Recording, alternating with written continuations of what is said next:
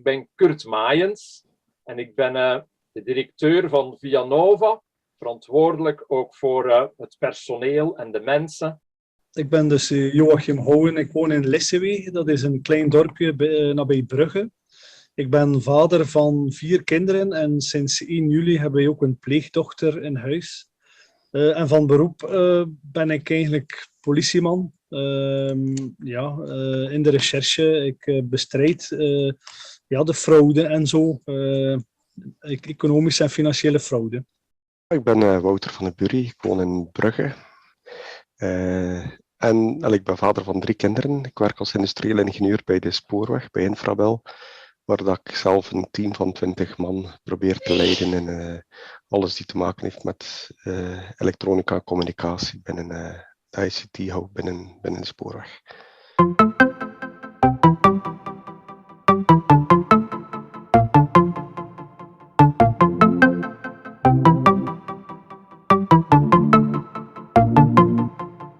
Hallo, dag Joachim, dag Wouter. Heel fijn dat we even de tijd kunnen nemen om samen te zoomen en met elkaar te spreken over jullie hulp, ook in de overstroming in Wallonië. Wat heeft er jullie toe gebracht om in actie te schieten? Om te zeggen, we denken dat het goed is om onze broers en zussen in Wallonië daar te helpen, te ondersteunen, nadat de overstroming daar heeft plaatsgevonden. Wat was jullie motivatie? Ja. Mag ik beginnen, Wouter? Ja, eigenlijk moet ik eerlijk en ook een beetje uit schaamte zeggen dat dat via mijn vrouw was, die daar heel vaak mee bezig was. Bij mij is dat zo'n beetje moeten groeien, een druk leven, te veel kijken naar je eigen dingen dat je moet doen. Maar mijn vrouw heeft zo open zicht en zij zag direct de noden die daar moesten zijn. En zij had ook zo contacten met plaatselijke mensen die daar echt tussen de mensen leefden in de getroffen gebieden. En zij wou echt heel graag gaan. En ze zei ook al van, ja, de 4e musketier gaan zij niks doen. En toen dacht ik van, ja, ik heb nog niks gehoord in die richting. Maar laat ons anders een keer met ons gezin alleen gaan en een keer kijken of dat er daar wel concreet werk te doen is. En dan zijn we een keer met ons gezin alleen geweest, dus mijn vrouw en ik en onze oudste dochter Johanna. En wat we daar zagen was echt schrijnend. Het was de miserie was echt enorm. En toen wij thuis kwamen, ben ik toen s'avonds, denk ik, nog in de pen gekropen naar de 4e musketier. En op een paar minuten was dat ontploft. Iedereen wou meedoen. Dat was precies de eerste trigger zo. En dat kon evengoed iemand anders geweest zijn. Hè? Maar de eerste zo, tjoep, en iedereen sprong daarop. En het is uiteindelijk niet bij de 4e musketier gebleven. Mensen van verschillende kerken sloten zich bij ons aan. En op die manier is dat eigenlijk gegroeid. In de zomer zijn we een paar keer geweest. En ook nu nog proberen wij 1 keer in de maand te gaan. Dus het is eigenlijk het hart van de mensen zit echt goed. Ja, echt mooi om te zien.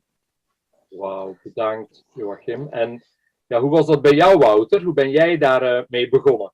Ja, ik moet mij vooral aansluiten bij de schaamte van Joachim. Enerzijds, we waren op reis. Op het moment dat het gebeurde, waren we op reis. Dus we waren eigenlijk helemaal niet op de hoogte. Je hoorde wel het nieuws hier en daar. Nu in Frankrijk hoorde je er bijna niks van te zijn. Maar als je zelf je gsm open deed, dat je er iets van zag. Dus we zijn thuisgekomen en tegen die tijd was Joachim waarschijnlijk al geweest voor de eerste keer. En ik had er eigenlijk nog niet aan gedacht om te gaan, omdat ik ook totaal geen zicht had op de noden die er waren. Tot op het moment dat Joachim dat ene berichtje post van kijk jongens, dat is daar niet normaal, dat is er ongelooflijk, we zijn geweest. Ja, dan is er eigenlijk geen een van de groep die getwijfeld heeft. Het was eigenlijk onmiddellijk alle hens aan dek. Niet weten waar dat we aan begonnen, want we hadden het nog niet gezien of het is een beeld van op televisie. Dat is... Er werd er niet over getwijfeld, bij niemand niet precies. Dat was, ook mijn vrouw is onmiddellijk dan mee geweest. En dus het was al... Mijn dochter kon niet, anders had ze ook mee geweest. Die had een vakantiejob, die staat er ook voor open, maar die kon op dat moment niet. Dus ze vindt het nog altijd jammer als het niet geweest is. Maar dat komt nog wel een keer. Zeker weten. Wauw, mooi om te horen. hoe God jullie vrouwen geleid heeft en jullie in gang mochten schieten. En jullie dat ook als gezinnen gedaan hebben. Klinkt ook heel mooi dat je dat samen kunt doen, samen kunt ondersteunen. Nu, eigenlijk is het wel heel bijzonder dat er teams vanuit Vlaanderen naar Wallonië gaan om daar te helpen. Dat is in België niet altijd even evident. Hè? Daar zit toch wel wat spanningen onderling. Maar hoe hebben jullie dat ervaren door daar ter plekke te gaan werken? Ja, ik moet zeggen, eerlijkheidshalve, 90% van de hulpverleners of vrijwilligers die daar rondliepen, waren Nederlandstalig. Dat viel heel hard op. Maar ook als je Franstalig had, die kwamen dan vaak uit Brussel, die waren vaak tweetalig. Ja, zij hadden ook al die opmerkingen gemaakt van, het is heel opvallend dat er zoveel Vlamingen hierheen komen. En als ze dan horen dat wij van de kant van Brugge kwamen, dus volledig van de kust, dan vroegen ze zichzelf af van hoe lang rijden jullie er dan over om hier te komen voor een paar uur te werken. Ja, dat is inderdaad een hele bizarre vaststelling, terwijl er vast en zeker mensen in de buurt wonen die even capabel zijn als wij om daar te gaan werk verrichten als vrijwilliger. Ja, het valt op, maar we gaan niet zeggen dat het enkel Vlamingen zijn, maar het is wel zichtbaar ter plaatse dat er veel Vlamingen hun hart tonen aan Wallonië. Ja. Dat klopt. Ik kan wel opmerken, onze allereerste keer met ons gezin, toen waren er daar wel Walen, zeg maar, Franstaligen, uit omliggende dorpen die niet getroffen waren, die ook kwamen helpen. En wij waren, hoe zou ik het zeggen, er was geen verschil tussen Waal of Vlaming. Nee. Dat was, wij werkten daar zij aan zij om de mensen te helpen. We probeerden in ons beste Frans een woordje te doen. Van hun kant was dat iets minder, maar dat was helemaal niet erg. Wij hadden emmers, zij hadden spullen, we deelden alles. Eigenlijk was dat echt wel tof.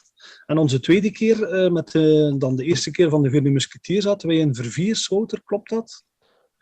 Ja, zeker. Ja. Ik herinner mij dat er daar ook een hele delegatie, misschien Brusselaars of Walen waren. En tijdens de pauze stonden wij allemaal samen bij elkaar en deelden wij koffie, deelden wij koffiekoeken, wafeltjes. Dat was één grote, er was geen verschil. Dat was eigenlijk wel fijn. Maar het klopt, met de tijd die verder ging, zag je dat inderdaad meer Vlamingen afkwamen dan Walen eigenlijk. Hoe hebben de mensen het daar ter plekke ervaren? Opeens komen er Vlamingen bij hun. Konden ze dat waarderen? Hoe hebben jullie dat ervaren? Ja, nee, zij konden dat zeker waarderen. Want in het begin liep de communicatie hier en daar wel wat stroef, dat we adressen kregen. En toen we daar naartoe gingen, was er daar niks of was het al gebeurd. En toen kwamen er mensen vanzelf naar ons toe die zeiden van kijk, kun je mij helpen? Dus ze vroegen zelf om hulp. Er was geen enkel probleem dat wij Vlamingen waren. Echt niet. Nee. Heel bijzonder om te horen. Ja. Wat is jullie hoop en verlangen naar de toekomst toe? Hoe zien jullie dat? En wat is jullie verlangen dat er mag gebeuren? Kunnen jullie daar iets over delen? Dan is dat er natuurlijk geen overstromingen meer zijn. Hè? Wie zal dat garanderen? Hetgeen dat we nu een beetje op hopen is dat we eigenlijk die angst of die terughouding om te starten niet meer hebben. Dat we eigenlijk gewoon onmiddellijk van het minste dat er is of dat er zichtbaar is in België of zelfs buiten België, dat we als team kunnen zeggen van nee jongens, wat denk je ervan? Zijn we weg? En ik ben er ook van overtuigd dat we effectief weg zullen zijn. Het zal niet lang op zich laten wachten, ik ben daar redelijk van overtuigd. En dat is wel een beetje hetgeen dat we, denk ik, op hopen dat we in de toekomst gewoon niet zo lang aarzelen. Dat we veel sneller in actie en misschien ook beter georganiseerd in actie kunnen schieten. Met misschien meer materiaal dan dat er nu is. Of dat zijn dingen die mogelijk zou kunnen. Ja, ik kan me daar volledig bij aansluiten, inderdaad. En wat ik ook gemerkt heb, is dat het het steentje begint te rollen en neemt de andere steentjes mee. En het is heel aanstekelijk om te helpen. Als je zo links en rechts hoort van mensen die zeggen van wij doen dit, wij gaan kledij ophalen of wij gaan voedselbedeling doen, dan werkt dat heel aanstekelijk. En op die manier hebben wij mogen samenwerken met mensen uit onze gemeentes, dat je niet zou denken dat zij ooit uit hun huis zouden gaan om mensen te helpen. Daar stond ik zelf dan versteld van. Dus je werkt samen met broeders en zusters, waar je normaal gezien enkel in de kerk ontmoet. En dat vond ik zo fantastisch. En ik hoop dat dat in de toekomst ook wat meer mag gebeuren. Dat we met broeders en zusters mogen samenwerken, op een heel andere manier mee omgaan, dan enkel in de kerk zitten. Dus dat is ook een hoop. Wauw.